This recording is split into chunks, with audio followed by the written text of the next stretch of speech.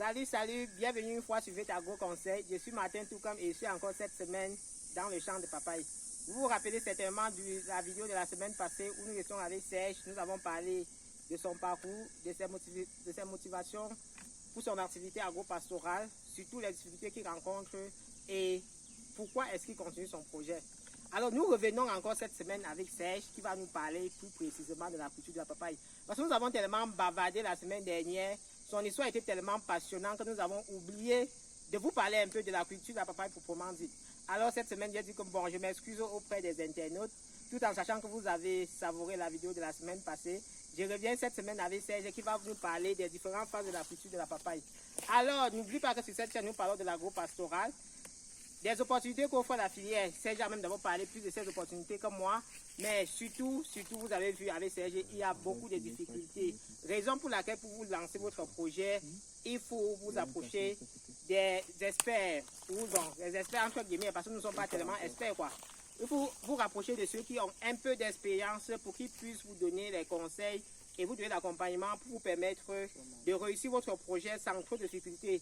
Ou bien de limiter le taux de casse, parce que souvent même on dit reçu comme ça, là, il y a plusieurs facteurs qui interviennent dans un projet agro-pastoral. Mais déjà à notre niveau, nous nous assurons que nous réduisons le taux de casse au moins à 80-90%. Alors si tu souhaites bénéficier de tous les conseils et de toutes les offres qu'offre cette chaîne, il te reste deux choses à faire. Bien sûr, il faut t'abonner et tu cliques sur la cloche de notification pour être informé une fois qu'une nouvelle vidéo est mise en ligne. Alors, sur ce, je vais inviter Serge à nous rejoindre pour nous parler des différentes phases de culture de la papaye. Alors, Serge, bonjour et bienvenue une fois de plus sur Vetago Conseil. Alors, bonjour et merci, Martin. Okay. Bonjour à tous les... Je te laisse la scène parce qu'aujourd'hui, c'est toi la star. La semaine passée, je t'ai guidé dans ta vidéo. Aujourd'hui, c'est toi la star, tu vas nous expliquer parce que c'est toi l'expert. Même comme tu nous embrouilles que tu es novice. Un novice n'a pas un champ d'hectare de 1 hectare, un champ de papaye de 1 hectare avec tous ces fruits-là. Donc aujourd'hui, là, pardon, explique un peu à nos internautes qu'est-ce que la culture de la papaye, quelles sont les différentes étapes, quelle est la durée. Si je décide aujourd'hui de mettre mes 1 million dans la papaye, en combien de temps est-ce que je vais commencer à vendre mes premiers fruits et tout ça? Alors bon, je te laisse. Alors, bonjour à tous les abonnés de la chaîne Vetago. N'oubliez pas de cliquer sur la cloche de notification pour bénéficier de toutes les vidéos et de liker et partager autour de vous. Bienvenue dans mon exploitation, bienvenue dans ma papayerie. Je suis cultivateur de papaye et particulièrement la variété IPB9 Kalina. C'est une variété naine, c'est une variété qui vient d'Asie, plus particulièrement de l'Asie du Sud-Est. Quand je dis Asie du Sud-Est, c'est des pays comme la Malaisie, des pays comme le Bangladesh et autres. De toute façon, on peut retrouver tous ces pays-là sur Google. Alors, la papaye, qu'est-ce que c'est la papaye?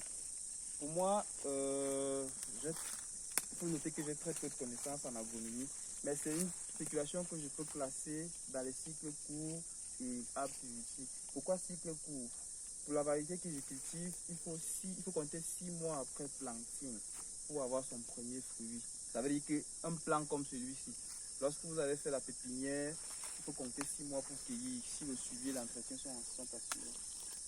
Mais avant les 6 mois, il faut commencer par le commencement, si je peux dire ça comme ça. Pour avoir une papayerie comme celle-ci ou pour avoir un plant comme celui-ci, il faut passer par la pépinière. La pépinière, c'est 40-50 jours, on va dire. Moi, j'utilise une technique qui consiste à faire germer les graines de papaye à partir du papier et du plastique. C'est-à-dire que je les trempe, elles font une nuit, le lendemain, je les emballe. Et au bout de 10-12 jours, elles auront déjà bourgeonné et je vais les repiquer directement dans les pots. Je vais donc suivre le traitement ou les traitements une fois de façon hebdomadaire pendant 5 semaines. Après les 5 semaines, j'aurai un plan prêt. Je vais faire un poquet de 40 x 40. 40 x 40, ça veut dire 40 cm de profondeur et 40 cm de diamètre. S'il te plaît, Serge, avant que tu continues, est-ce qu'au niveau de la pépinière, il y a un traitement particulier qu'on fait au niveau du sol ou est-ce qu'il y a un enrichissement particulier qu'on apporte au sol? Oui, pour des sols très pauvres, il faut apporter des choses. Et lorsqu'on se retrouve déjà dans une, comment on appelle ça, dans une agriculture industrielle, c'est-à-dire destiné à la commercialisation, comme je suis en train de le faire, il faut maximiser, il faut utiliser au maximum ce qu'il faut utiliser pour optimiser sa production. Par exemple, ici, je vais peut-être livrer tous les secrets, mais le minimum, c'est engraisser. Engraisser, c'est-à-dire le fond du bouquet doit par exemple contenir de la fiente. Il y a d'autres choses qu'on peut y apporter, mais moi, je promets l'agriculture biologique. Donc, je ne suis pas trop dans les engrais minéraux et autres.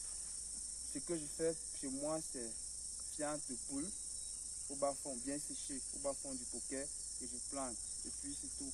J'apporte d'autres solutions, d'autres engrais dont je n'ai pas envie de faire la promotion ici parce qu'on ne m'a pas mandaté de le faire.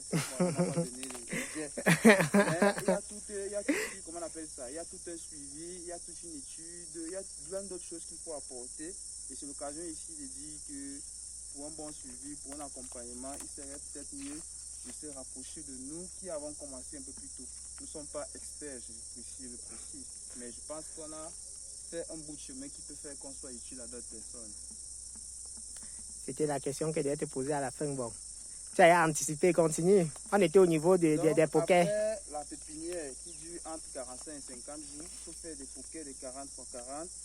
Lorsqu'on a fait son poquet de 40 x 40, on y apporte de la fiente en fond. Après cette fiente, on va laisser au repos 3 jours. C'est-à-dire désinfecter et laisser que l'insecticide ou alors le désinfectant prenne effet sur la fiente. Et après ces 3 jours, on peut planter. 48 heures après le planting, on peut commencer les premiers traitements. Il faut donc assurer ces traitements de cette façon une fois par mois. Maintenir le champ propre. Là, il n'est pas très propre en ce moment parce qu'ils ont défriché un peu plus tôt et la repousse a recommencé. Donc, il va falloir, avant que le soleil ne s'installe à nouveau, redéfricher.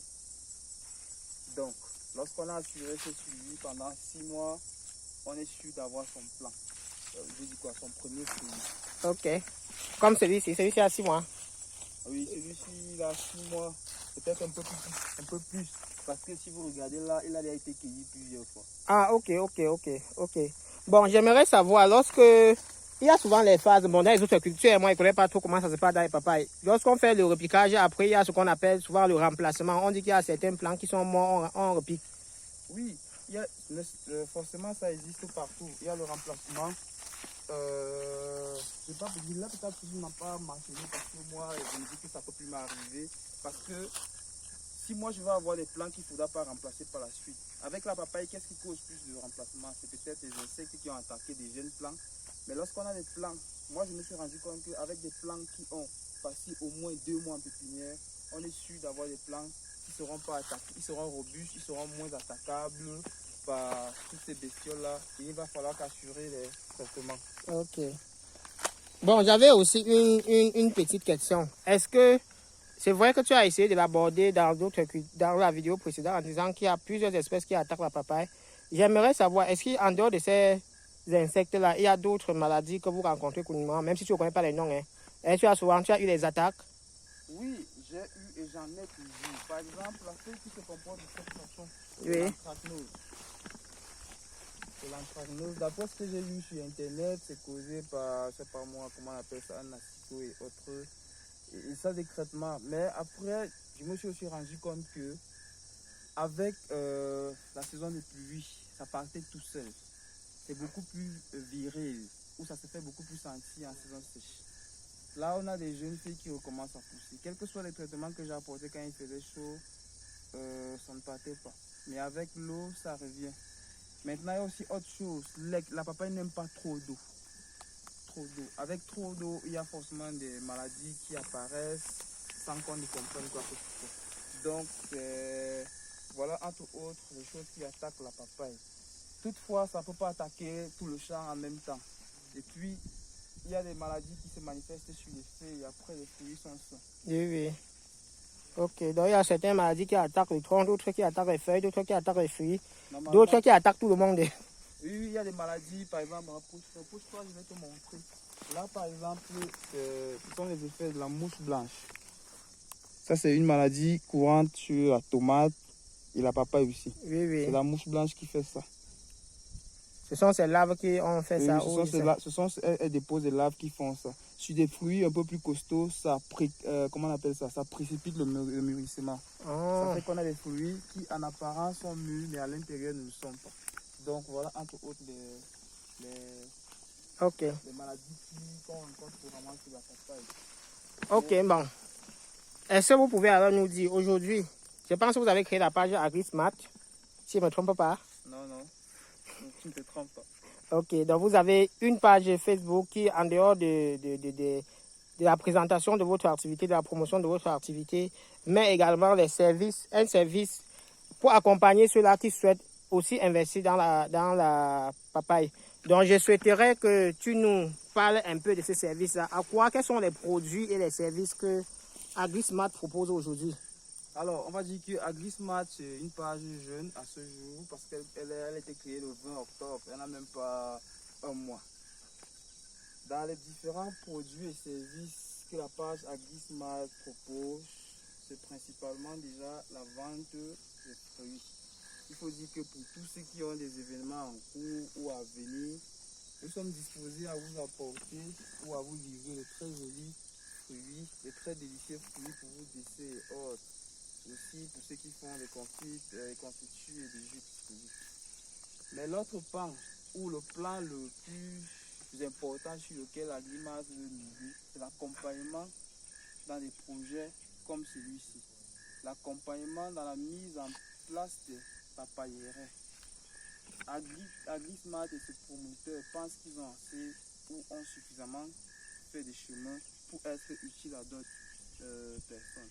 Donc, dans cette optique, nous faisons des pépinières pour des particuliers. Nous vendons des pépinières de papaye exclusivement et exclusivement encore la variété IPB9, qui est une variété qui a plutôt un écho très très favorable auprès des consommateurs et d'autres personnes.